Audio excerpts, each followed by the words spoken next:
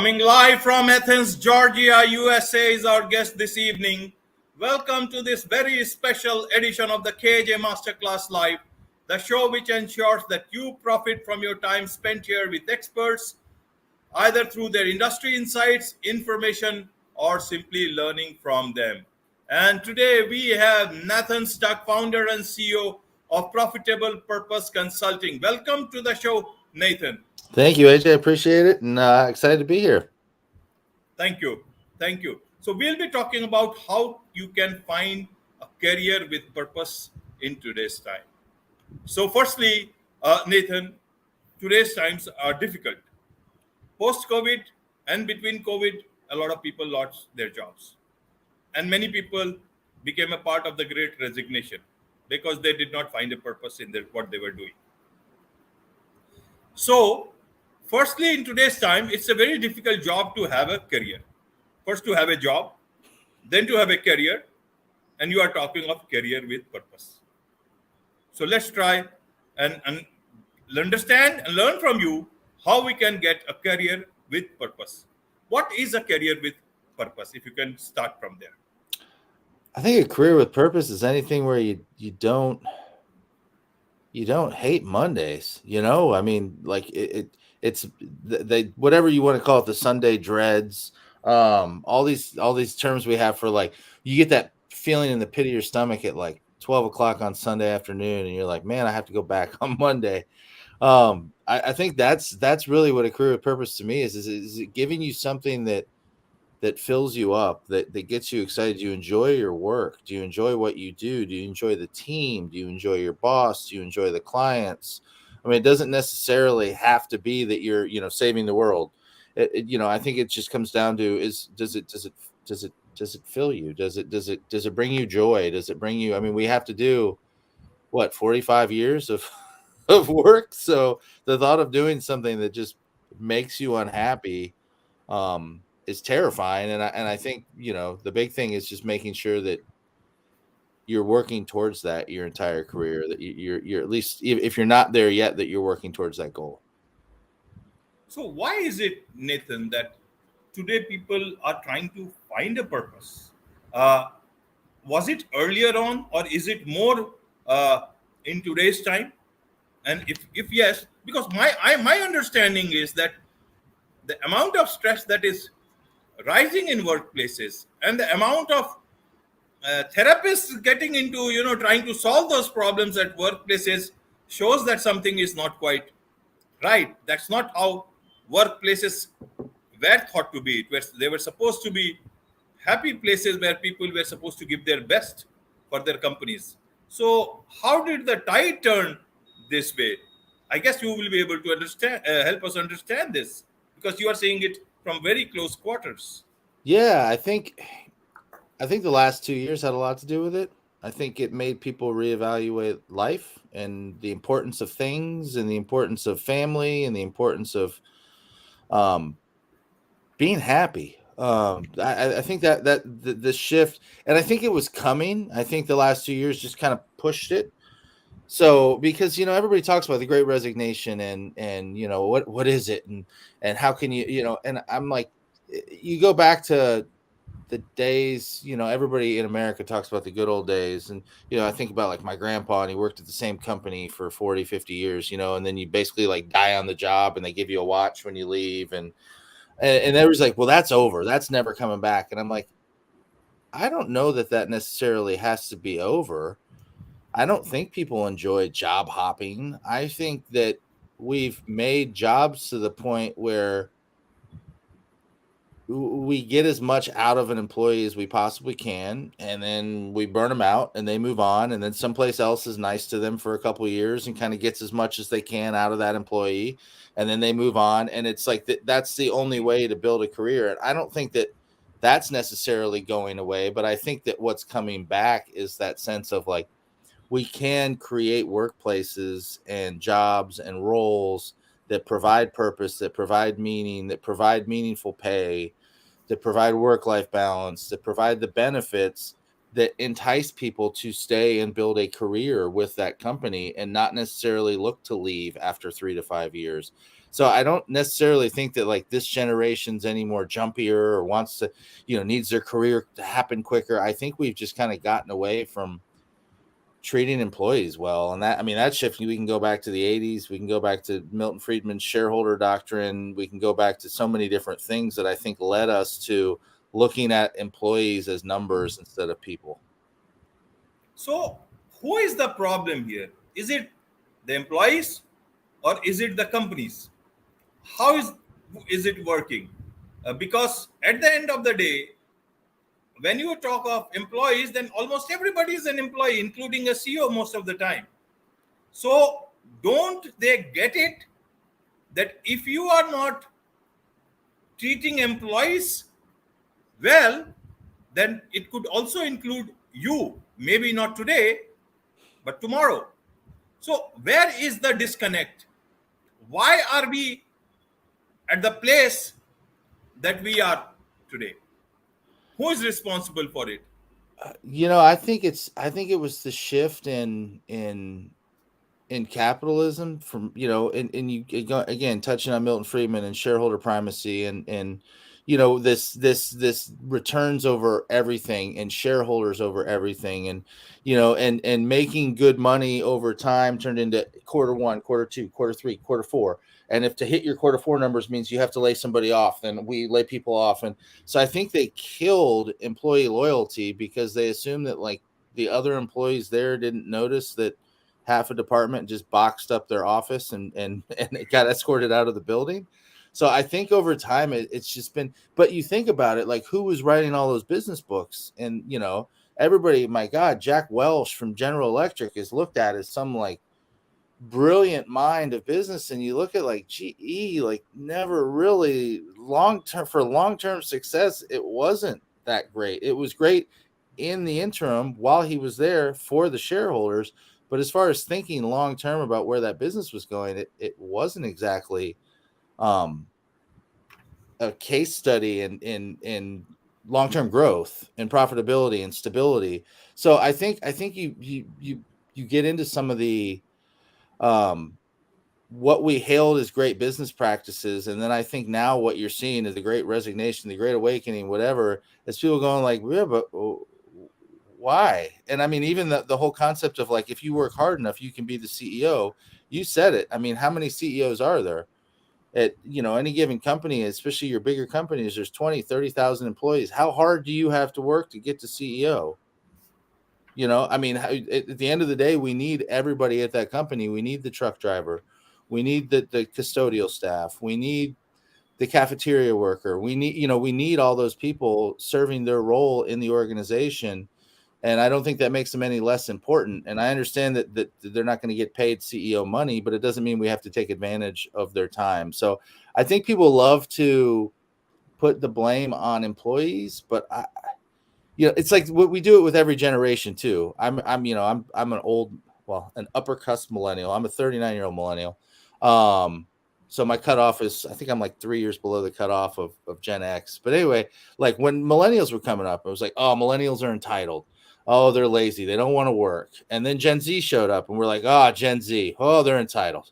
They don't want to work. And everything's their fault. And it's, but if you go back and you look at basically every generation that's come up, the generation before them has labeled them as entitled and soft and lazy. And so I think that rush to blame workers, it's an easy scapegoat to blame the employees. But I think we've just gotten away from values, from human centric business practices where we looked at people as people, understanding that yes, sometimes tough decisions need to be made, but sometimes you can avoid tough decisions and still remain profitable and think long term. And I've worked for companies like that, and it's incredible to see in real time of a company forsaking a year of profit to keep the team intact, and then the next year seeing business pick up and the team being intact was what allowed us to stay in business because we were fully staffed. So I've seen it play out where like this isn't some crazy dream of like, the pipe dream of like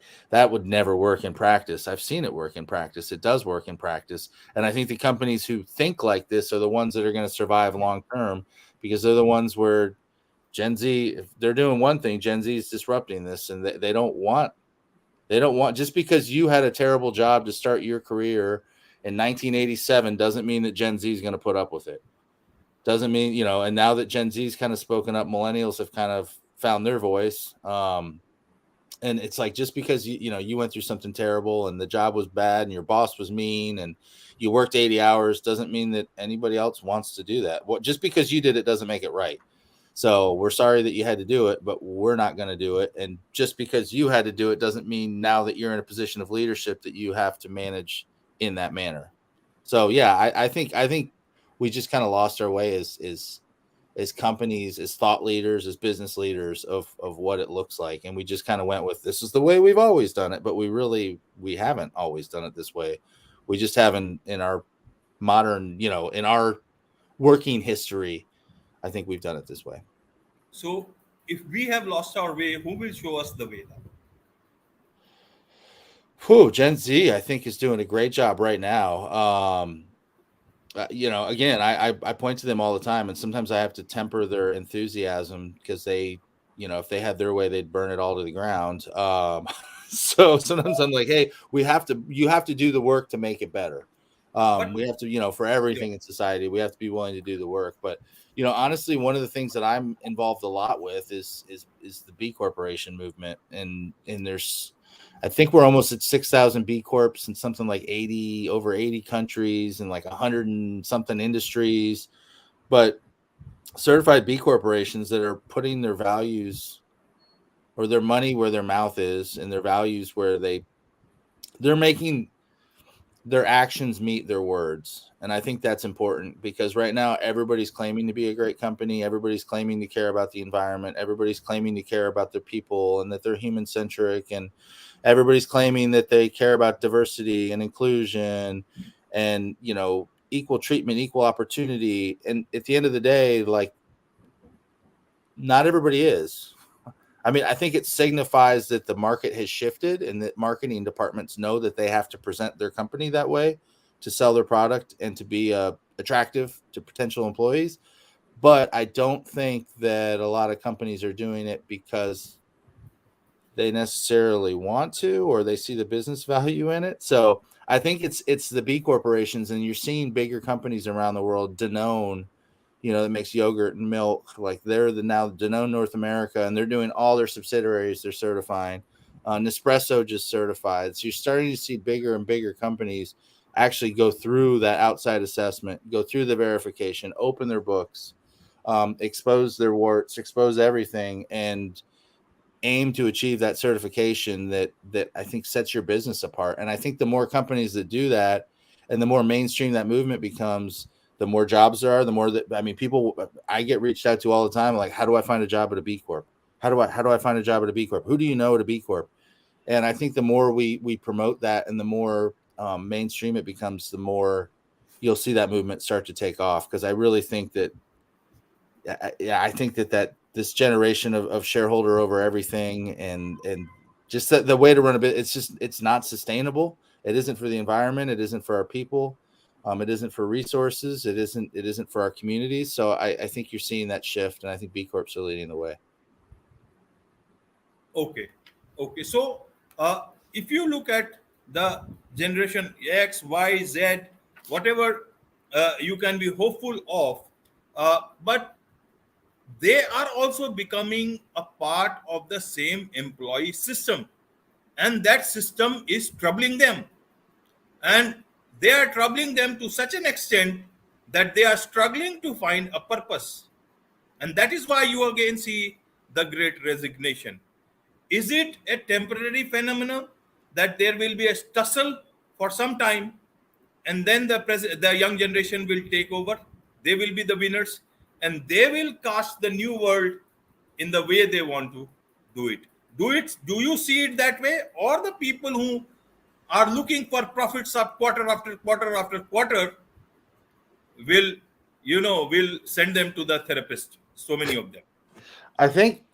Honestly, I think that this young generation, like, they have a power. I teach a class at the University of Georgia, and like I teach my students this. Like, you have an incredible power, and that we still work in a capitalist society economy. Like, you can vote with your wallet. You can vote with where you spend your money. You can vote with where you decide you want to work. You have so much power in society just because of the dollar. Like the almighty, what do they say? Money talks, and you know what walks. I'll keep it clean here, but at the end of the day, if we move the curves, the supply and demand curves for products based on your business practices, and we decide we don't want to buy from your company anymore, you have to change or you won't survive. Same thing with like what you're seeing in the Great Resignation is you're seeing companies lose top talent. So if you continue to lose top talent, and then there's somebody else, just like in any sort of product over time, somebody was making bread and that was nice, and then somebody came along with sliced bread, and we went, that solves a need. I needed my bread sliced, and now you've Right. sliced it. So when you see these people leave, there's some enterprising company entrepreneur that's out there going like, oh, so what are you looking for? You're looking for work-life balance, the ability to work from home, and not have your chair monitored of whether you're productive and your computer was on, and did you get your work done is all we care about, and we're going to give you good benefits and good pay. I'll hire you. And they'll figure out how to structure the business around what the employees want. And they'll start to get top talent, and they'll start to pass those other companies. So I think that's where I think you're going to see the shift is that young generation. If they take advantage of this opportunity, I think that they can move the demand curve for both for who they work for, and where they spend their money, and then the demand curve will adjust, and that's where you'll see benefits, and you'll see all these things adjust, and that's what's going to come out of the Great Resignation. Right, right, Nathan. So let's focus on the young generation. Let's forget the old generation. And so this young generation, who's in all over our workplaces, and they are the ones who will do most of the work, also chart the course for the future. Many of them will also become CEOs, vice presidents, and also entrepreneurs. A lot of people are moving into startups. Now, they want to have a purpose, if I understand. They look at life more, perhaps, in this new world that we are moving in. How do they find their purpose? A lot of people are still struggling to find that purpose. Now, you see, you are founder and CEO of Profitable Purpose Consulting. You are an entrepreneur, non-profit leader, lecturer, author. Your book has just come. You talk about that book.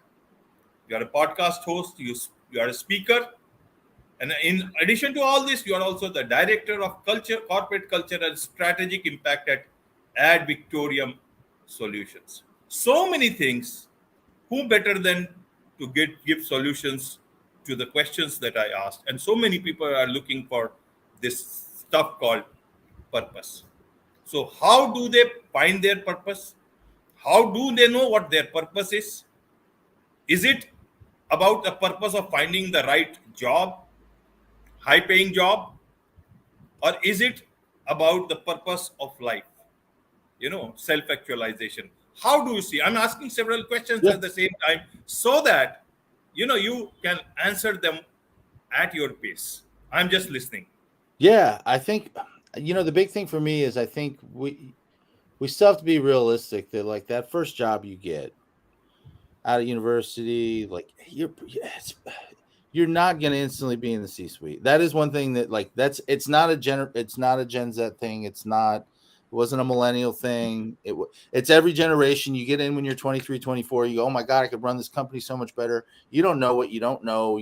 Like, so sometimes you have to temper those expectations. But that first job you have, like, you have an opportunity, even if you're doing something you're not crazy about, because you might not know what you're crazy about yet.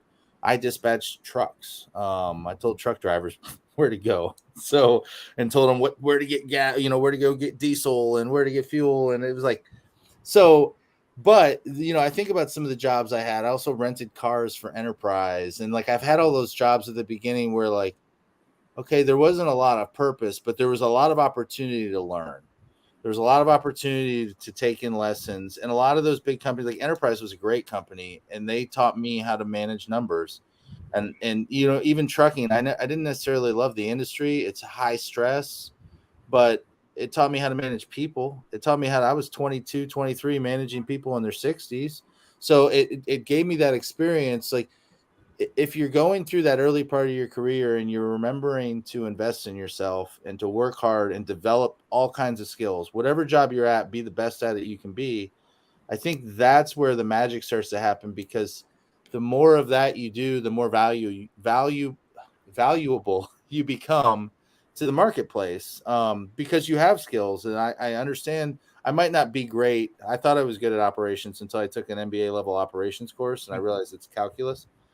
Never mind, just kidding. I was only good at telling trucks where to go. But the fact that I understand operations, I understand logistics, that I understand, how to read a P&L. Like, so as I was coming out of my MBA and I got an opportunity at Ad Vic, which by the way, I left a month and a half ago. I'm a full-time entrepreneur now. On really good terms, really good boss. I'll tell that story later. Um, but as I came into that new opportunity, I had skills where I was able to write my own ticket, because now it was like, here I joined Advic, which was this 8-person little consulting company that now has over 150 employees, and I was there at 8, and we had no operations playbook. We had no, even finance, like what's the audit process look like? And here I come in with P&L experience and operations experience and all these things that like, and I came into a company with just a bunch of people who've done IT consulting, and that's all they know, and they're really good at it. I don't know anything about IT consulting. I did learn a lot. Um, but I was able now to come in and add immediate value. And over time, as I was adding that value, I was also getting to do more and more of the stuff that I was really passionate about, which was our B Corp certification, and our corp, building out that corporate culture with starting at 8 employees. Man, you're on the ground floor to really build a culture of transparency and trust and all the things that I've always, basically getting to help my CEO build a company I wanted to work for. And so I got to do all that, and as I was doing that, it opened up doors for me. So I mean, my advice to anybody young listening to this is you know there's an old quote from a motivational speaker in over here, Jim Rohn. He says, "Oh, learn to work harder on yourself than you do on your job." And to me, that's what it's all about. Is if you work. I think the quote is, "If you work hard on your job, you'll make a living. If you work hard on yourself, you'll make a fortune."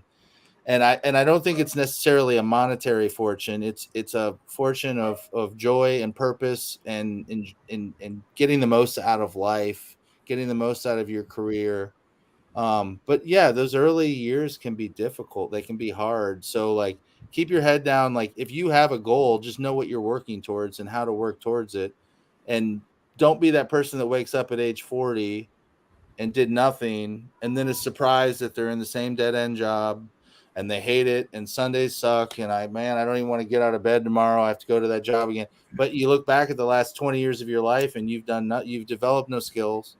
You haven't networked, you haven't met people, you haven't, especially now in with the internet, like you can go on Khan Academy, Udemy, any name, the LinkedIn, and take a class on agile project management, take a class on Scrum. Like, you can do anything you want to with the internet now. There's no reason you're not developing Absolutely. skills. So like, being committed to investing that time in yourself and figuring out where you want to be and where your purpose is. And sometimes that requires trying new things. It requires trying different jobs, just because, and it requires failing. I did sales for 3 years.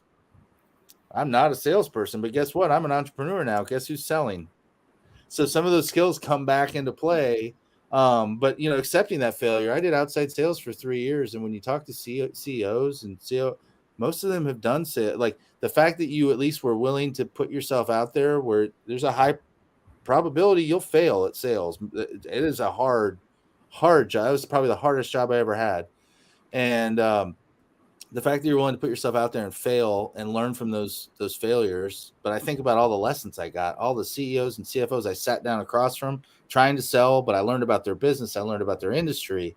So I think that's the big thing, is just be willing to invest in yourself, and continue to put yourself in, good things come. What do they say? Good luck is where opportunity meets hard work. So I think if you're working hard on yourself and you're putting yourself out there and you're putting yourself in situations to meet people and connect with people, I think that it naturally happens. But I don't think it's going to happen just because you sit and want it to happen. So I think that's my big thing, is that, like, ask any no CEO just kind of got to where they are because they got there through hard work. And I think that's the one thing with the Great Resignation that I think we have to draw the line is hard work is okay, but working 80, 90 hours and is solely for the job, if you're not getting anything out of that, if you're not getting better yourself, if you're not focused on what's next, then hard work is a giant kind of waste of time, I think. But if you can figure out, like, hard work is what you're going to need to do, but making sure that it's on yourself and not on your job, I think, is the key differentiator. Right, right, Nathan. So now let's look at it from the company's side, because they obviously need talent. They may act the way they want to. They don't want to solve problems. Several of them want to solve. But at the end of the day, they would still need people to work, and they would need young people, because they would either bring a lot of strength with them, a lot of brilliant minds with them, and they would be the ones who, you know, plan and do things for their company.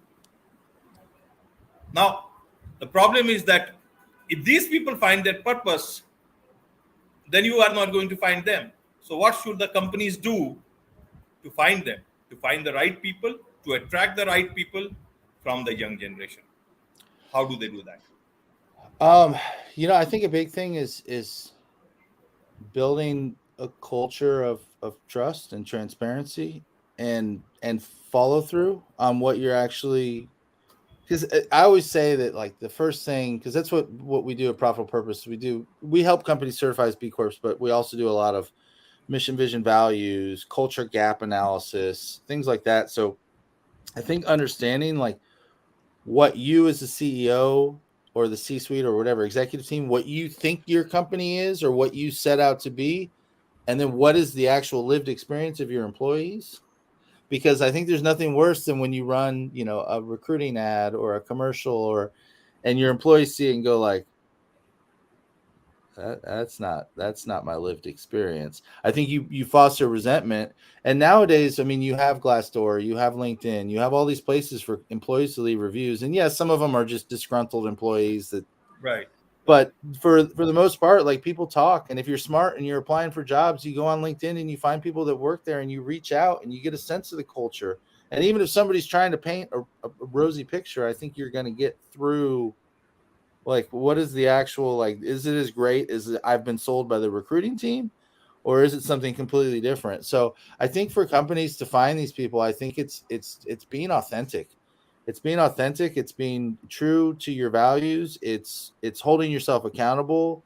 It's setting goals. It's how do you get better? I mean, I think this young generation also wants to see a lot more, how active are we in the community? What are we doing to be the change we want to see? Like, we can be a business, we can make money, but what else are we doing to make the world a better place, to make our community a better place, to not harm the environment?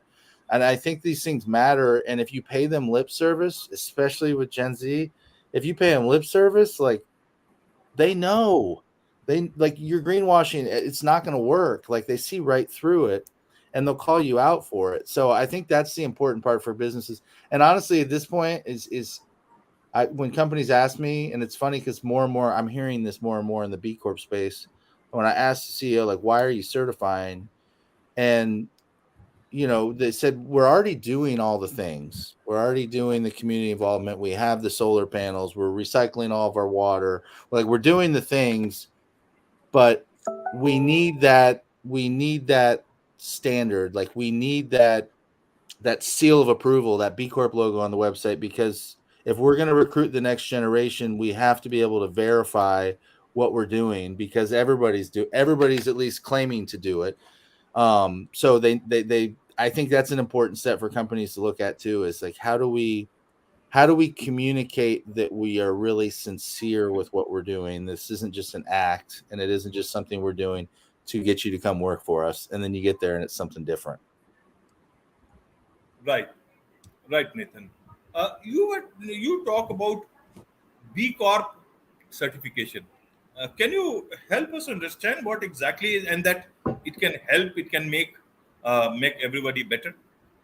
Yeah. So it is B Corp certification is to a business what LEED is to a building, or certified organic is to milk or chocolate or whatever food good. So it is a third party certification that you get. So you have to go through the nonprofit B Lab. There's B Lab Global, which is oversees all of the standards. And there's this tedious assessment that you have to take that goes through your corporate governance. It goes through workers. It goes through community, environment, and then your customers. So all kinds of questions from like, are you paying a living wage? What kind of benefits do you have? Okay. Do you have a code of ethics? Do you have a board of directors? How diverse is your company? How diverse is your supply chain? How local is your supply chain? Are you tracking emissions, scopes 1 through 3? What are you doing with your emissions? Do you have targets to lower your emissions? How transparent are you with your clients? Do you have a data privacy policy? Are you GDPR compliant? So going through and like all the things like the best practices checklist, and you have to get to at least 80 points, and then once you submit, you go through an evaluation where they just kind of like baseline skim it and go, okay, on to the next phase, which is verification. And when you get out of the verification phase, that you jump on a call with somebody from B Lab that's trained to go through the assessment. And essentially it's an audit. They go through your assessment, and it's like, okay, prove this, prove that. Why'd you answer this that way? Let's talk through this. What do you actually do in the community? What's your program? How's that set up? So you go through, and it can take from the point you start the assessment to when you're finally certified. It can take companies a year, 2 years to finally get. The bigger the company, probably the longer the timeline, but it is rigorous. So when you see the B Corp logo, it's like, oh, okay. Like what, it's kind of like lead. I don't know what goes into lead. I know when I walk into a lead, I see lead platinum. I'm like, whoo, this building, it's efficient. I'm guessing Right. there's a lot of natural light. I'm guessing it's pretty energy efficient. I'm probably I just know it's the gold standard of buildings. So B Corp's kind of the same way. Like, I don't need you to know how the sausage is made. I just kind of need you to understand that like it it is a really, really, really difficult certification for a company to get. So if you see it, it says a lot for the company and for the intentions, because it costs time, it costs money. I started a consultancy to do this. And I'm not the first, that there's a whole industry of consultants that are for hire to help with this. So, usually there's a full-time resource on the inside of a big company working on it. And then once you certify, you have to recertify every 3 years. So that recertification process means you're tracking now. You have all these KPIs of how much pro bono work are we doing, how much community volunteer time, and we're tracking all these. Our missions and our like a diversity and supplier questionnaires and going back and like randomly inspecting our suppliers. And it becomes a very consuming, but again, it speaks to the commitment that a company's willing to go through and to make, to distinguish themselves from everybody else's marketing campaign. Okay, okay. So the next time the human resource department asks you for your certification, you ask for some certifications from the company. Do you have B Corp certification? Do you have this? Do you have that? Do you have solar panels and all that stuff? But now, I think you have quite well help us understand this whole concept of purpose and also B Corp certification. Now, tell us about this book you're just showing me before the show, and what this book is all about, and how people can find it useful and where they can get it. It's brand new. Yeah, literally the ebook came out. Yeah, this is my author's copy, where you see not for resale. Great. But the ebook Happy came Monday. out yesterday. Happy Monday instead of Manic Monday. Yes. Well, and it's funny because I came out. That's why I dropped it yesterday. Where I was like, happy Monday. I guess I should release it on a Monday. But yeah, the ebook's out now. The paper copy, the actual copy will come out, I think, next Monday. But everybody has a Kindle at this point. You got So it. You got it on a Monday. yeah. So and right now the ebook is only 99 cents on Amazon. So if you look up Okay. Happy Monday, it's still weird. I had to fill out an author profile. It's really scary. I'm not gonna lie. Like a lot of this is my story. So it goes super in depth about working in trucking, working renting cars, and then kind of I got laid off twice in a year.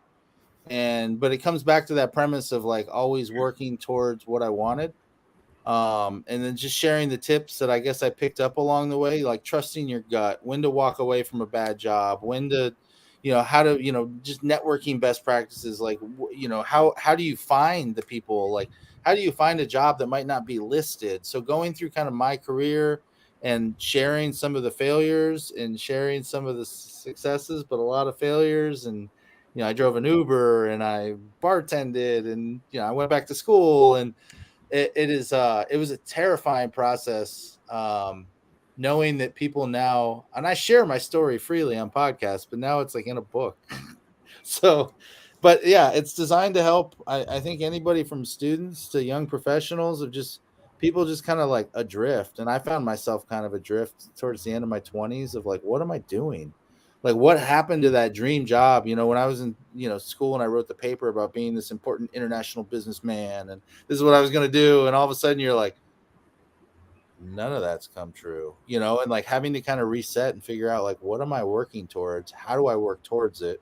And I just think there's things that I learned that maybe I wish I had known when I was in my early 20s, or I wish I had known when I was in college, and kind of figuring out, like, how do you roadmap out your career? And it's not going to be defined, super defined as you make a roadmap, but how do you think about where you're going to be and where you want to Mhm. be, and what am I good at, and what do I enjoy doing, what don't I enjoy doing, what do jobs like that will look like. And nowadays, with LinkedIn and everything, like, if you want to be a chief sustainability officer, go on LinkedIn, look up the job.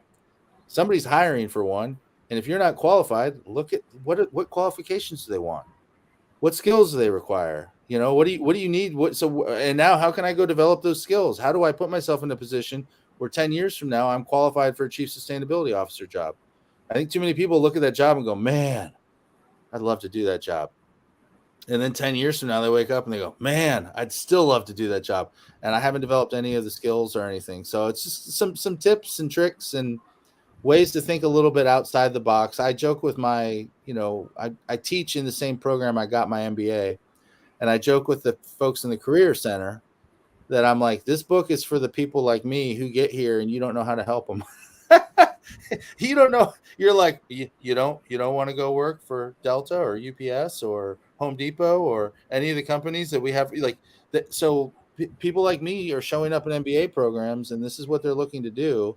So I think it's a good book for people that kind of are looking for more out of work. So that's why I wrote it. Again, terrifying but awesome, and the feedback so far has been great. So yeah, hopefully Great. this is the start of many more books.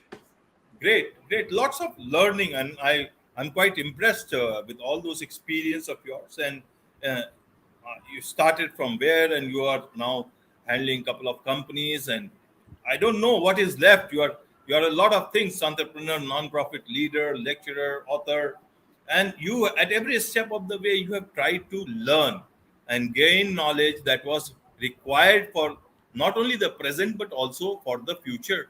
And as this book suggests, now you are looking at a very different phase in life where you can actually share your knowledge in a nutshell with a lot of people and move forward, so people can now talk to you more, learn from you more, and chart their course better. So, in addition to the book, you also have a podcast. Tell us about that, and how can listeners or my audience can uh, listen to your podcast.